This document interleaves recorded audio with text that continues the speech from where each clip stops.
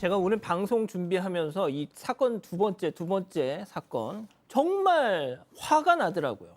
자, 대전에서 김치찜 식당을 운영하는 사장님의 제보인데 이 사건의 발단은 음식물 쓰레기통.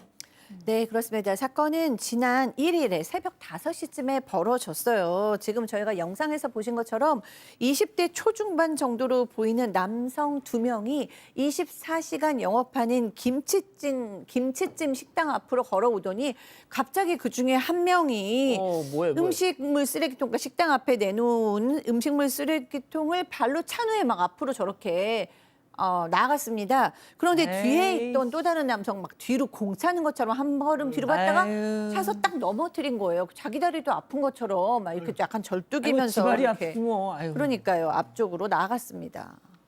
자, 사장님은 말이죠. 그때 식당 안에서 한창 막 요리를 하고 계셨는데 갑자기 밖에서 뭐 이런 소리가 들린 겁니다. 놀라서 뭐야 하고 밖으로 나가셨죠. 자, 그랬더니 앞서 보신 것처럼 음스통이 쓰러져 있더라. 자, 그리고 아까 그 발로 찬 남성들 아무 일 없었다는 듯이 히덕거리고 있더라. 그래서 아이 사장님 저기요 잠깐만요 불러 세웠죠. 자, 그 다음에 펼쳐진 기막힌 상황 사장님 얘기 들어보시죠.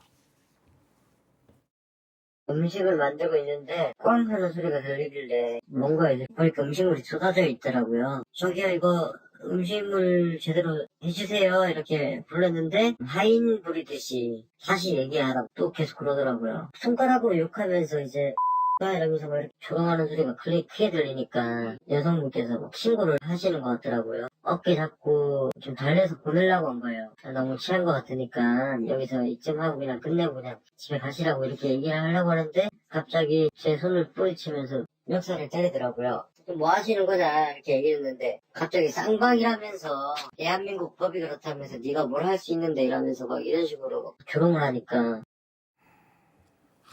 진짜 이 전가의 보도 잊을만 하면 나오는 쌍방 폭행 또 나왔습니다. 진짜 요즘 왜 이렇게 다들 먼저 문제를 일으켜놓고 쌍방폭행을 주장하는지 모르겠는데요. 이 음식물 쓰레기통 안에 있는 음식물들이 다 쏟아져 있으니까 이제 사장님이 나와서 이 음식물 쓰레기통 좀 제대로 세워달라라고 요청을 합니다. 자, 그랬더니 이 남성 사장에게 와서는 아까 들으셨죠? 하인을 부리듯이 제대로 말을 하라고 하는 겁니다. 다시 사장이 이야기를 하니까 조롱과 비아냥을 쏟아냅니다. 사장 앞에서 몸을 흔들고 욕설에 손가락 욕도 했고요. 뭐 춤을 추는 건지 뭔지 두 손을 들고 뭔가 막 놀리는 듯 몸을 앞으로 흔드는 동작도 했는데요. 일단 당시에 이 상황을 지켜보던 지나가던 그 여성분들이 신고를 했어요.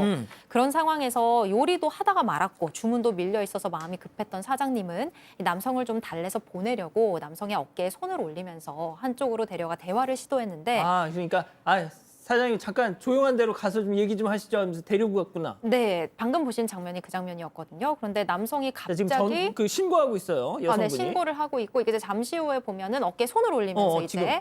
달래려고 대화를 시도합니다. 그런데 남성이 갑자기 사장의 몸을 세게 밀치면서 목을 가격합니다. 지금 뭐 하시는 거냐고 항의를 해봤더니 쌍방을 주장하면서 네가 뭘 할 수 있냐, 안 입고 오면 신고해라 이렇게 얘기를 합니다. 그리고 옆에 있던 일행도 참 나빠요. 말리지도 않고 저렇게 담배를 피우면서 웃으면서 촬영까지 했다고 합니다. 자, 이후 시민의 신고를 받은 경찰이 현장에 출동했습니다. 박 변호사님, 네. 진짜 아까 사장님 저쪽 가서 얘기하시죠 하고 딱 어깨 올린 거 그걸 보고 쌍방. 그렇죠. 경찰이 도착했어요. 이렇게 도착한 이후에 경찰이 이 사장님이 가해자인 것처럼 보이는 뉘앙스를 풍겼다고 해요. 왜요? 왜 그런가 알고 보니까 이 남성이 어떻게 경찰에 얘기를 했냐면 장난치고 지나가다가 음식물 쓰레기통이 걸려서 거기에 걸려서 넘어졌고 찬 게 아니라 걸려서. 이게 쓰러지는데 사장이 나와서 내 목을 졸랐다. 이렇게 얘기를 했던 것 같아요. 그러다 보니까 경찰 입장에서는 사장이 뭔가 문제가 있다고 얘기를 한 것 같고 또 사장님 입장에서는 이 남성들 행동 얘기를 했지요.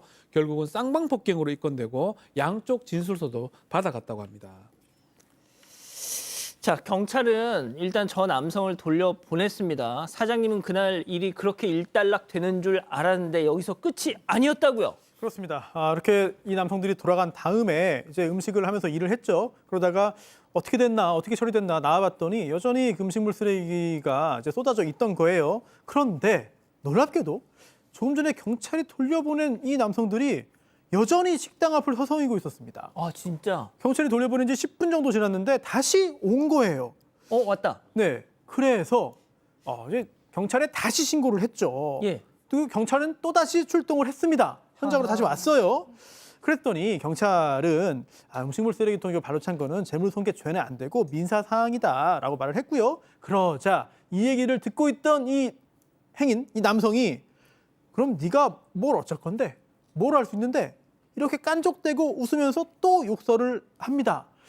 이 사장은 경찰에게 그럼 접근 금지를 좀 해달라라고 했지만 사실 경찰이 그렇게 할 수 있는 건 아니고 또 경찰 입장에서는 여긴 사유지가 아니니까 그것도 안 됩니다라고 이야기를 했는데 어쨌든 다시 한번 재차 경찰이 상황을 정리하고 이 남성을 다시금 돌려보냈습니다. 자, 경찰 분들이 정말 그 바쁜 와중에도 출동을 해서 저 남성 귀가 좋지 한 것만 벌써 2차례. 자, 그날 새벽 집으로 온전히 얌전히 돌아갔을까요? 아니요, 또 왔습니다. 그러면서 어처구니 없는 말까지 체크포인트 짚어보죠. 사과하기 전까진 내가 못 가지. 사장님 얘기 들어보시죠. 나 베이스 같아? 네가 나를? 감히? 네가 나를? 감히? 귀여워. 우리 가게 뭐 어떻게 하게? 아닌데? 아무것도 아닌데? 아니 우리 가게 어떻게 하게? 보복하게? 야, 귀여워. 왜 계속 욕하죠? 네가 날 무지른 거야? 다 죽였어요. 제가 목을 언제 졸랐어요? 내 친구의 아니 근데 그만해요. 그만해요. 예? 그만하고 집에 가세요. 예? 네? 어차피 그만 시비 걸고 자 집에 가세요. 친구한테 어차피 영상 다 찍었기 때문에 저한테 미안을 사하기 전까지는 절대 못 가요. 너무 스트레스 받아가지고 그냥 보냈는데 이 친구가 또 한 20분인가 10분인가 있다가 다시 오는 거예요. 그리고 가게 문 닫게 해준다는 조롱 섞인 말과 협박식으로 말을 하더라고요. 두 번째까지는 그냥 넘어가겠는데 세 번째 이 친구가 이러는 행동은 제가 못 참을 것 같아가지고 영상을 녹화를 시켜놓은 거예요. 그 이 영상이 나가는 동안 여기 스튜디오에 저희 출연자들 말고 이제 카메라 감독님들도 화면에는 안 잡히지만 이렇게 계시거든요.